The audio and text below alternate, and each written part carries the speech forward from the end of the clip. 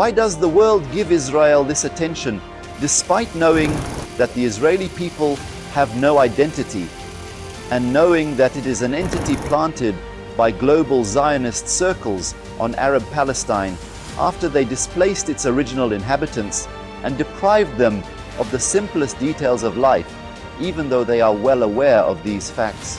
Double standards govern international law and hypocrisy, rather than the standards of power that almost make the law of the jungle govern the world.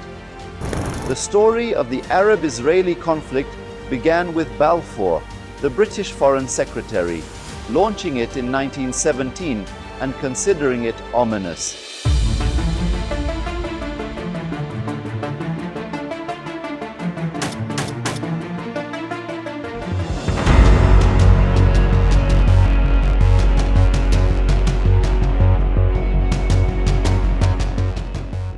Jews from Eastern Europe, the Soviet Union, and other countries settled in Palestine, replacing its original inhabitants who were expelled, evicted, and displaced to live in camps and shelters. It happened in 1948 AD, and more than 750,000 Palestinians were expelled and turned into refugees, and massacres that shame humanity were committed, and more than 500 villages were demolished, and the main Palestinian cities were destroyed and turned into Jewish cities. Ethnic cleansing operations began after a proposal by the United Nations to divide Palestine. All of this happened in the silence of the world, even with the approval of international organizations.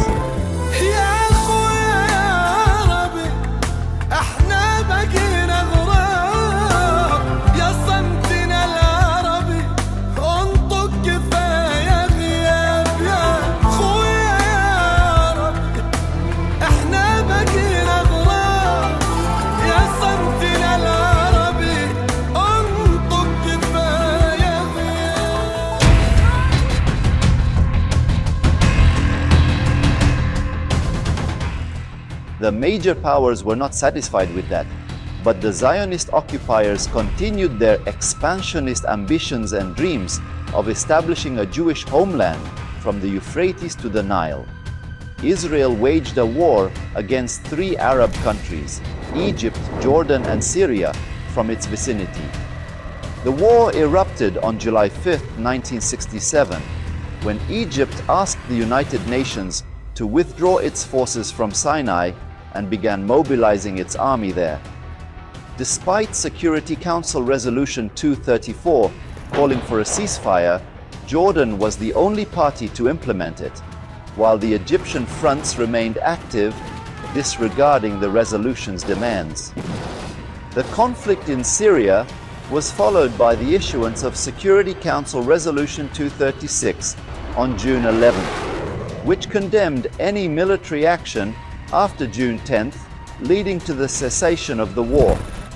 Israel attained a triumph over the Arab armies, with the backing of the Western alliance rendered by the United States, Britain, and France. It seized extensive regions of Arab territories, which were estimated to be approximately 69,247 square kilometers in size. Israel increased by 3.5 times its original size on June 4, 1967, and compelled between 300,000 and 400,000 Arabs from the West Bank, Gaza Strip, and cities along the Suez Canal to relocate from their homes. It also compelled approximately 100,000 residents of the Golan Heights to be displaced from their homes. Inside Syria, it was a major defeat for the Arabs, and all of this happened with logistical support from the West, alongside its media support that distorted the facts and presented them in a distorted manner before the eyes of the world.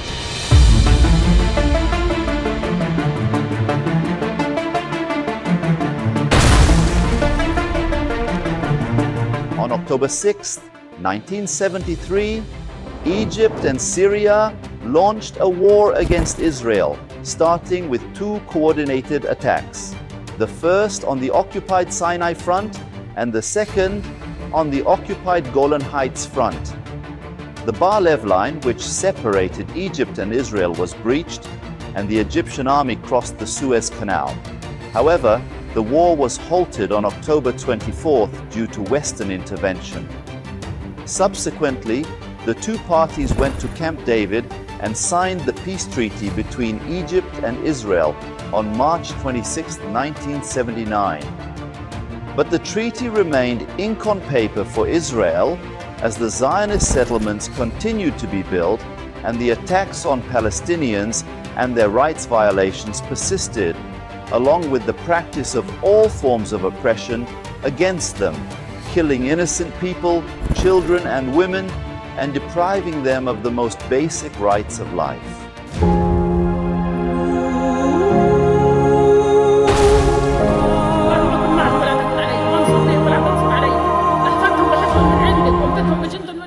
This incident occurred while the entire world watched the tragedy of displacement, hunger, killing, and death, and dealt with the suffering of the Palestinians with cold blood, blaming them just as they blamed Hamas and the Al-Qassam brigades today.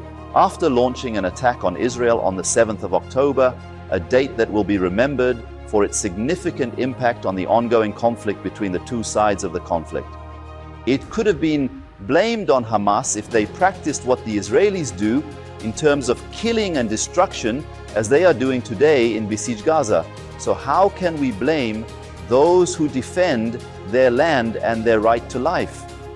Defending the land, dignity, and existence is a natural right, and no right is lost behind demands. But who listens to the cries of children and women? Who listens to the voice of truth in a world that turns a deaf ear to it?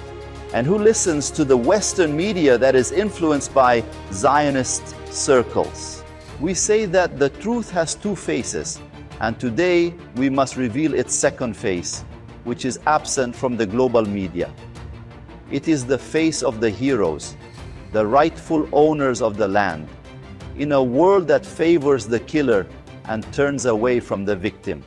إني أهل العزم إن تدعى العزائم هذا سيفي بالوغى بالموت قائم إن شعبي كله وطن مقاوم